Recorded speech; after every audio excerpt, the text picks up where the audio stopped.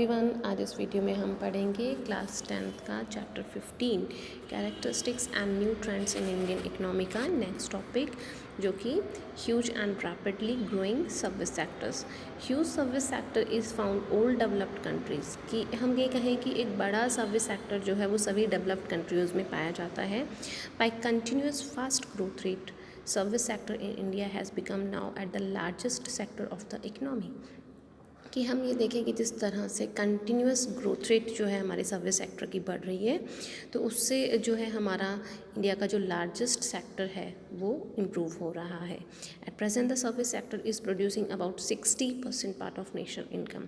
और वर्तमान की हम बात करें तो नेशनल इनकम के अंदर जो सर्विस सेक्टर है, जो टेरिटरी सेक्टर है, वो 60% पार्ट कंट्रीब्यूट कर रहा है।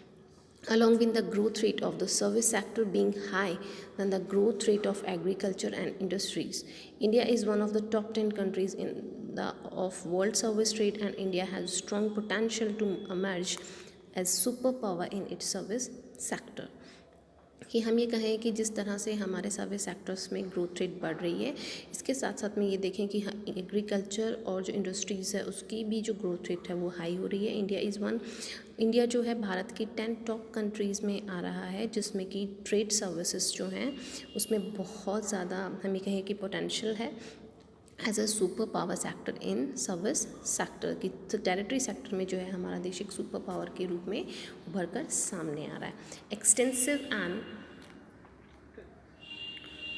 continuously growing service sector is an indicator of development of the Indian economy।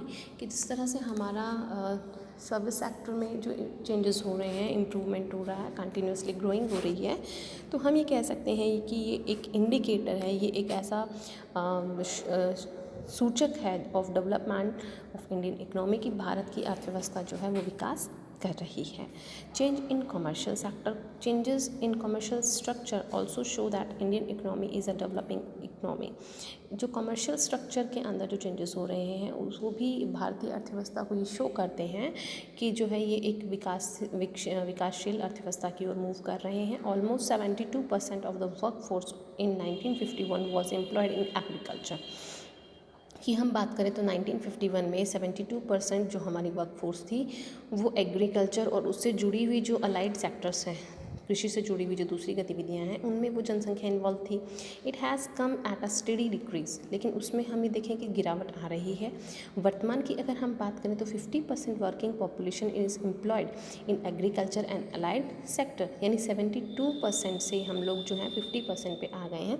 यानी हमारी जो डिपेंडेंस थी एग्रीकल्चर और उसकी जो अलाइड एक्टिविटीज़ हैं उनमें हमारी डिपेंडेंस कम हुई है।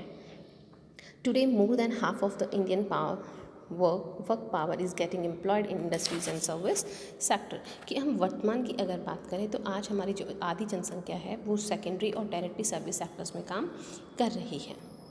Improvement in economic and social infrastructure, कि किस तरह से हमारे आर्थिक और सामाजिक ढांचे में चेंजेस हुए हैं। Economic and social infrastructure is in India is changing rapidly, ये बहुत तेज़ी से इसमें चेंजेस हुए हैं। India's total installed power generation capacity has increase about 100 times in the last 65 years. कि पिछले 65 सालों के अंदर हम देखें तो हमारी जो पावर जनरेशन कैपेसिटी है वो काफ़ी 100 टाइम्स जो है वो इंक्रीज़ हुई है। The total length of Indian roads was about 4 lakh kilometres. कि जो हमारे रोड्स की जो साइज़ की अगर हम बात करें तो वो भी जो है 4 लाख किलोमीटर हो गई है, which at present has to be reach 50 lakh. जो कि पहले 65 वर्ष पहले की अगर हम बात करते हैं तो जो 4 लाख थी, आज वो 50 लाख किलोमीटर में हमने कन्वर्ट कर दी है। Similarly there has been a massive expansion of banking and insurance service. और आज जो है हम देखें कि बहुत सारा इन्वेस्टमेंट जो है बैंकिंग और इंश्योरेंस सर्विसेज में भी हो रहा है। लिटरेरी रेट जो हमारी 1951 में 18.3 था, विच इज़ इंक्रीज, जो कि वो भी बढ़ी है 74.04% इन 2011। इसी तरीके से हम करें कि जो लाइफ एक्सपेक्टेंसी है at the time of birth in 1951 was 32.1 years, which became 68 years in 2014, जो कि ये भी बड़ी है। The improvement in this economic and social infrastructure are the pillars of development. तो हम ये कह सकते हैं कि ये हमारे विकास के स्तंभ हैं। On the basis of education and health service expansion, हम अगर शिक्षा और स्वास्थ्य सेवाओं के विस्तार की बात करें तो वी कैन से दैट, तो हम ये कह सकते हैं कि Indian economy is a developing economy. कि भारतीय अर्थव्यवस्था जो है एक विकासशील अर्थव्यवस्था है। अदर फैक्टर्स की हम बात करें तो here foreign trade is changing positively, कि जो हमारा विदेशी व्यापार है उसमें भी काफ़ी बदलाव हुए हैं।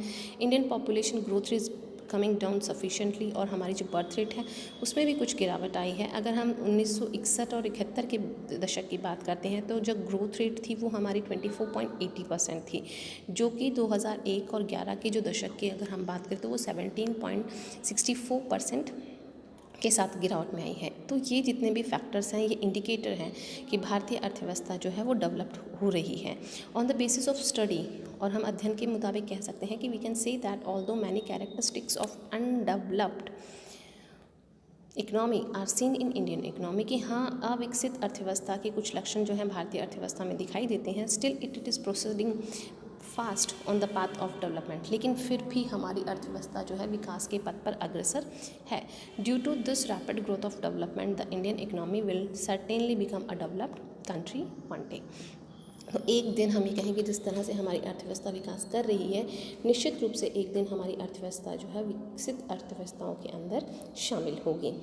अब हम बात करते हैं इकोनॉमिक रिफॉर्म्स की, तो इसमें 3 टॉपिक्स आते हैं: privatisation, liberalisation and globalisation. After independence India adopt the policy of plan developed and mixed economy. आज़ादी के बाद भारत ने जो है प्लान, योजनाबद्ध और मिक्स्ड इकोनॉमी को फॉलो किया है।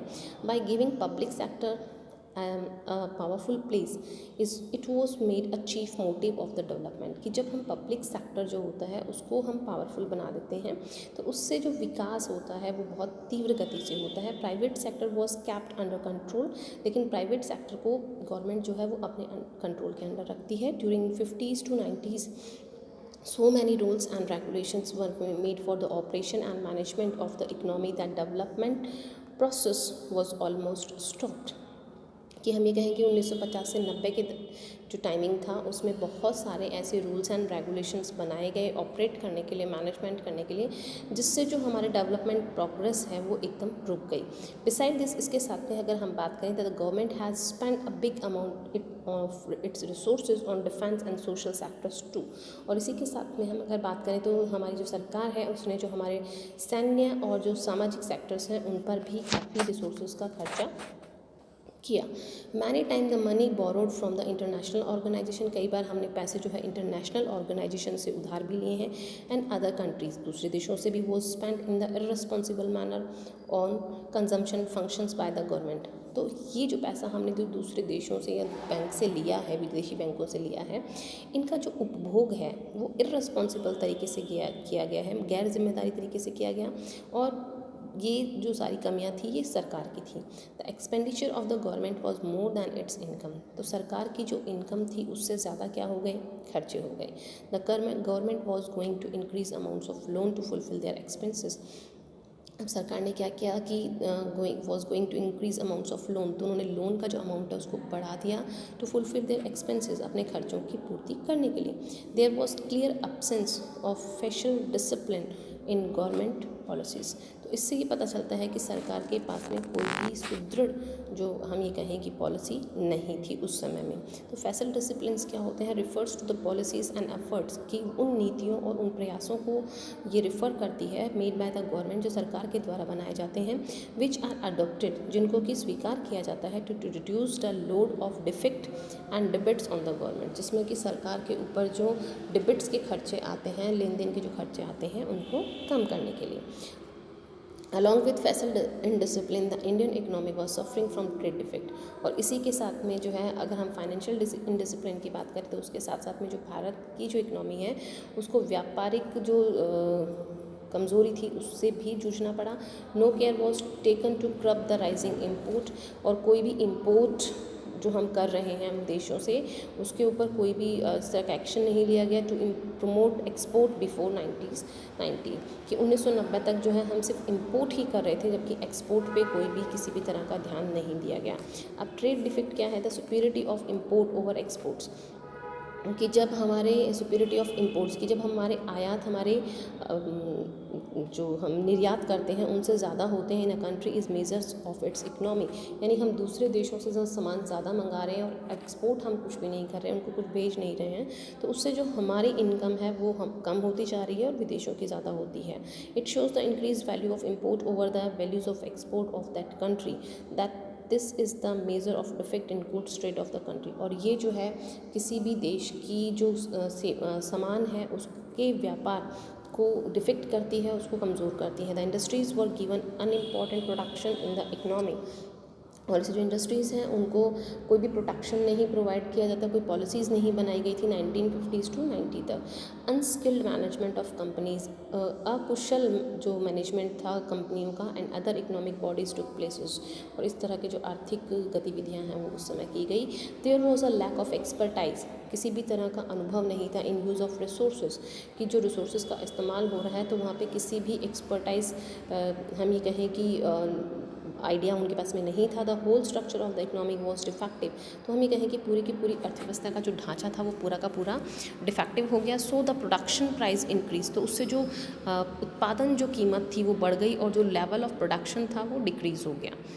The slow growth in the production, maximum public expansion and other reasons created the problem of inflation, और इसी की वजह से जो प्रॉब्लम ऑफ इन्फ्लेशन की है वो सामने आती है। The increase prices of commodities, क्योंकि इसमें प्राइस तो बढ़ जाती हैं, शुड द होल इकनॉमी, और उससे पूरी की पूरी अर्थव्यवस्था जो है वो हिल जाती है। ड्यू टू दिस सर्कमस्टांसिस, और इन परिस्थितियों के अनुसार अगर हम देखें तो the balance of payments for India remained adverse and the foreign exchange reserve reduced to a low. In early 90s, the foreign exchange reserves of India has been reduced to such a point that India could barely finance 2 weeks worth of import, कि भारत ने जो है इस तरह की problems जो हैं अपने लास्ट डिकेड्स में देखी हैं कि किस तरह से फाइनेंशियल प्रॉब्लम्स जो है इंडियंस के सामने आई हैं। बैलेंस ऑफ पेमेंट्स की अगर हम बात करें तो a brief account of country's transaction with rest of the world in a financial year is defined as a balance of payment, यानी हमने जो दूसरों से पेमेंट लिया है और जो हमने कमाया है उसको जब हम पे कर देते हैं और जो हमारे पास में रिमेनिंग रहता है तो that is the called the balance of payment. अगर हम बात करें Government of India applied economic reform according to a new economic policy in July 1991 to reform the fiscal imbalance defective structure of economy, कि हमारे economic के जो defective structure था उसको बैलेंस करने के लिए जो पॉलिसीज़ बनाई गई थी, जो रिफॉर्म्स किए गए थे। Although the process of economic liberalisation had started, तो वहाँ पे इकोनॉमिक लिबराइजेशन यानी अर्थव्यवस्था को थोड़ा लचीला किया गया हैड इन 80s में, yet it was not regulated at the time with the absolute seriousness, लेकिन इसको अभी तक जो है एक सीरियसनेस के साथ में लागू नहीं किया गया है। दस दीज प्रॉब्लम्स बिकेम इंटेंस, और इससे हम ये कहें कि यही जो समस्याएं थी वो कंटिन्यू आगे भी बनी रही।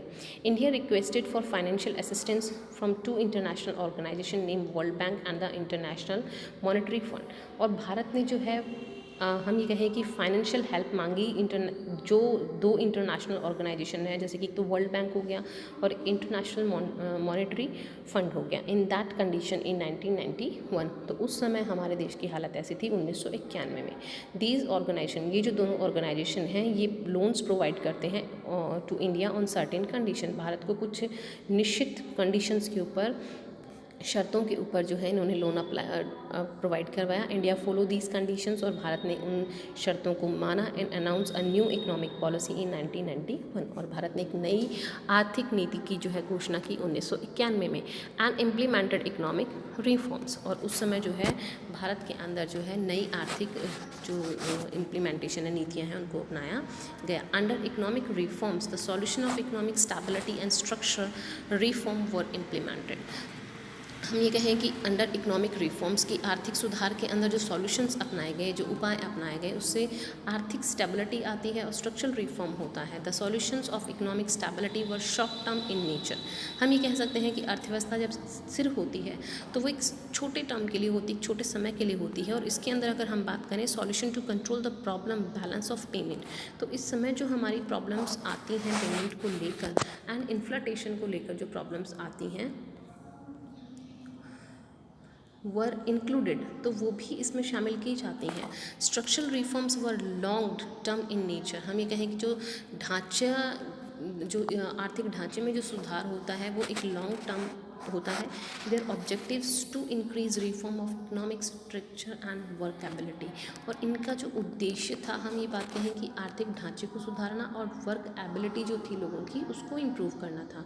Under these reforms the government refined it's policies, और इसी के तहत जो है सरकार ने अपनी पॉलिसीज़ को जो है क्या किया, रिफॉर्म किया, उनको दोबारा से जांचा परखा and started many new schemes, और नई जो स्कीम्स हैं उनको भी लागू किया। Economic reforms were implemented through the process of liberalisation, privatisation and globalisation, और इन पॉलिसीज़ को अगर इन्होंने लागू किया तो इन 3 चीज़ों के साथ में किया कि एक तो इसमें लचीलापन होगा, इसमें निजीकरण होगा और वैश्वीकरण होगा। तो हम पहले बात करते हैं लिबराइजेशन की, लचीलापन अर्थव्यवस्था के अंदर होना।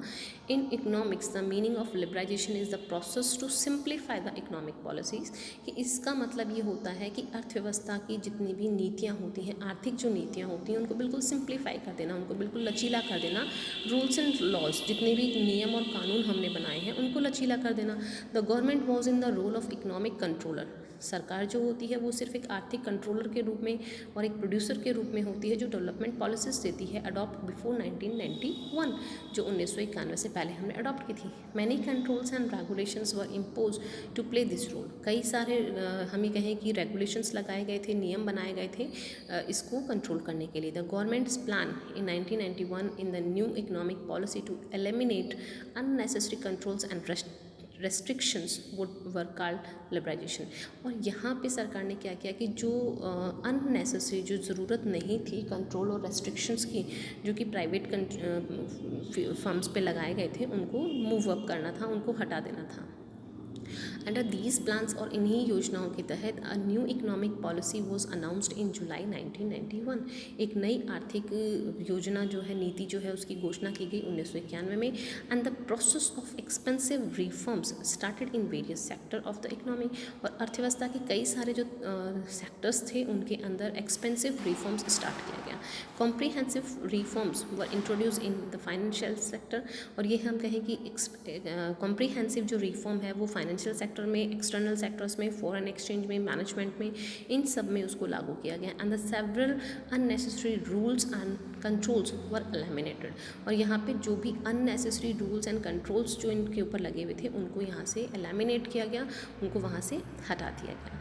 Bye the process of liberalisation, liberalisation के प्रोसेस के साथ में इंडियन इकोनॉमी ने ट्रांसफॉर्म्ड किया the socialist mixed economy to the capitalist mixed economy, यानी जो हमारी हम ये कहें कि जो सोशल जो इकोनॉमी थी उसको हमने कैपिटलिस्ट के थ्रू चेंज कर दिया। Structure rigidness of the economy engage through liberalisation, Therefore it can be said, तो हम ये कह सकते हैं that liberalization refers to the process, कि liberalization एक ऐसे प्रोसेस को रिफर करता है of simplifying the activities, जिसमें हम जितनी भी गतिविधियाँ होती हैं उनको बहुत ही आसान कर देते हैं of production, चाहे वो उत्पादन से हो, चाहे वो ट्रेड से हो, व्यापार से हो, by eliminating government obstacles, जिसमें कि सरकार जो है वो किसी भी तरीके से बाधक नहीं होगी in economic sectors and policies, यानी कोई भी आर्थिक सेक्टर को लेकर या नीतियों को लेकर सरकार जो है उसमें किसी भी तरह का कोई जो है इंटरफेरेंस नहीं करेंगी। What is called liberalisation in India, Bharat के अंदर लिबराइजेशन क्या है? इन एक्चुअल टर्म, अगर वास्तविक इसकी परिभाषा हम दें तो implementation of foreign experiments without giving it any thought, यानी जो फॉरेन एक्सपेरिमेंट्स हैं उनको यहाँ पे बढ़ावा देना बिना कुछ सोचे।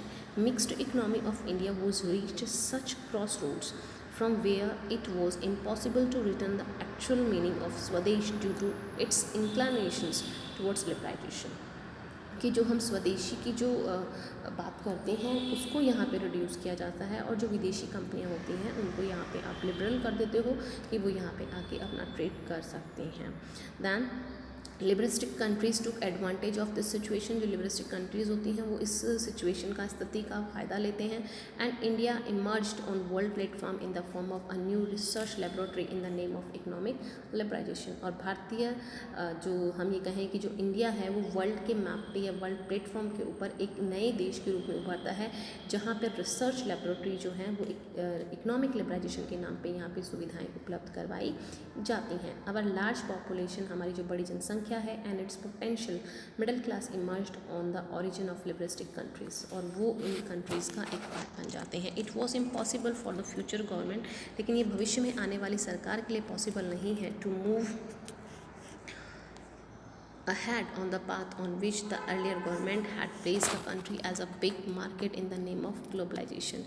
कि जो हमारी पुरानी सरकार है उसने ग्लोबलाइजेशन के, वैश्वीकरण के नाम पे जो पूरी देश को एक बड़ा मार्केट बना दिया है, उस बात पे जो है नई सरकार चले ये ज़रूरी नहीं है, और उसके लिए काफ़ी मुश्किल भी होता है. प्राइवेटाइजेशन की बात करें तो हम प्राइवेटाइजेशन क्या होता है कि in economy the process which increase the role of private sector is called privatisation. कि कोई भी अर्थव्यवस्था के अंदर जब प्राइवेट सेक्टर का रोल बढ़ जाता है तो उसे हम प्राइवेटाइजेशन कहते हैं. In this economy more chances are given to the private sector. इसमें अर्थव्यवस्था जो होती है वो प्राइवेट सेक्टर को बहुत ज़्यादा प्रेफरेंस देती है. And the role of public sector is decrease. और यहाँ पे जो सरकार का हस्तक्षेप होता है, या हम ये कहें कि जो सार्वजनिक रोल होता है वो बहुत कम हो जाता है. In the process of privatisation all such economic policies are included which promote the expansion of private sector. इसके अंदर हम ये कह सकते हैं कि जितनी भी पॉलिसीज़ होती हैं गवर्नमेंट की, उनको इंक्लूड किया जाता है प्राइवेट सेक्टर को प्रमोट करने के लिए. ट्रेडिशनली प्राइवेटाइजेशन मीन्ड, अगर हम पुराने तरीके से बात करें तो प्राइवेटाइजेशन का मतलब है the process of giving away ownership and control of public और state's properties in the private hands. कि सरकार जो क्या है प्राइवेटाइजेशन में क्या करती है कि जितने भी सरकारी जो कंट्रोल्स होते हैं उनको प्राइवेट सेक्टर को दे देती है, प्राइवेट सेक्टर्स के हाथ में उन चीज़ों को सौंप देती है. The industrial policies adopt after independence in 1990s. 1990 के बाद में जो इंडस्ट्रियल पॉलिसीज़ हैं उनको अडॉप्ट किया गया. मैनी इंडस्ट्रीज़ वो reserve only for public sector. कई सारी जो इंडस्ट्रीज़ हैं उनको सिर्फ पब्लिक सेक्टर के लिए रखा गया. And the licence was requested to the establishment of them, और उनके लिए लाइसेंस भी उन्होंने इशू किया. As a result of this public sector unnecessarily expanded out and productivity of this sector reached a low. लेकिन इसका फ़ायदा नहीं मिला सरकार को. इससे जो इनका जो प्रोडक्टिविटी है वो धीरे धीरे कम होती गई. Many public sectors establishment had become a burden on the government. और कई सारे पब्लिक सेक्टर्स का जो स्टैब्लिशमेंट है, उनका जो उनको नई रूप देना जो है सरकार के लिए एक सरदर्द बन जाता है. Industrial licence was almost abolished in the economic policy of 1991. और इसमें जो हम ये कहें कि इंडस्ट्रियल लाइसेंस जो है वो ऑलमोस्ट अबॉलिश्ड हो गया था इकोनॉमिक पॉलिसी से 1991 में. And a decline in the number of the reserve industries for public sector open. और यहाँ पे इन्होंने क्या कर दिया कि जितने भी पब्लिक सेक्टर्स थे जो उनकी रिजर्व्ड इंडस्ट्री थी उनको उन्होंने खुला कर दिया प्राइवेट सेक्टर्स के लिए.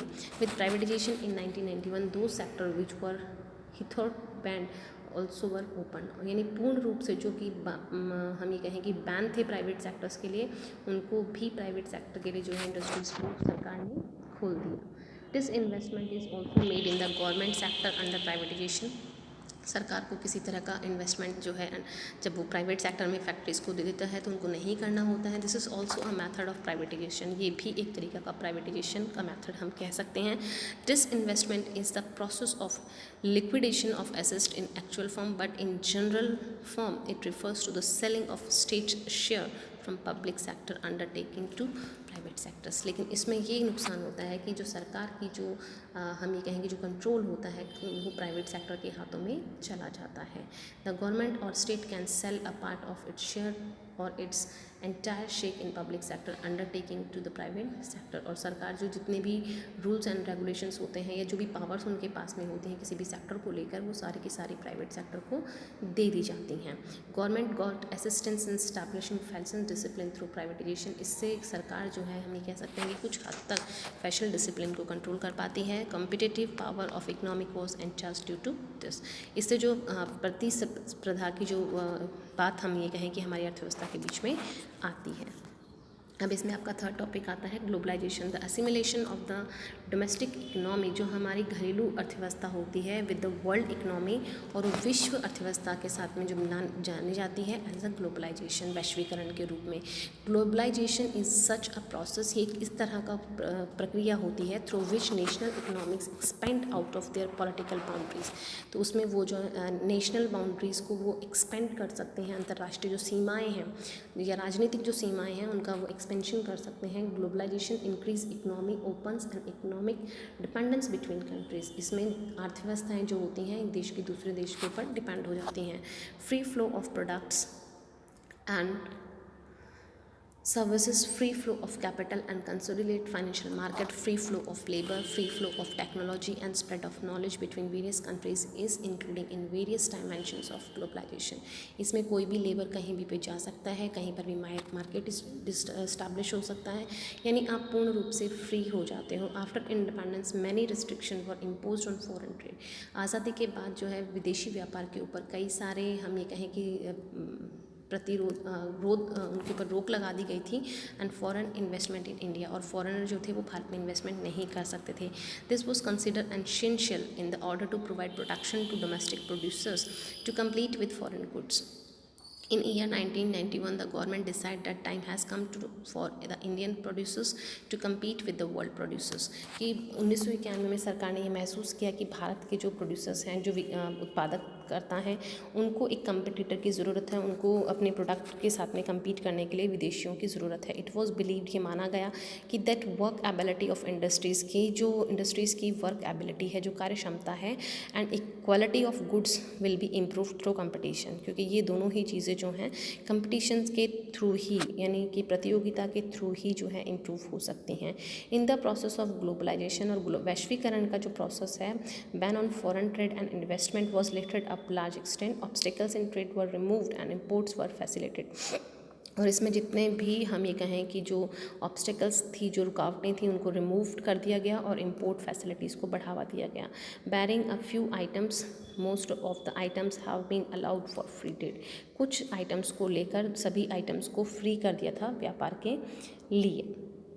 तो आज के लिए इतना ही। I hope that you all have to be understand. Thank you for watching my video.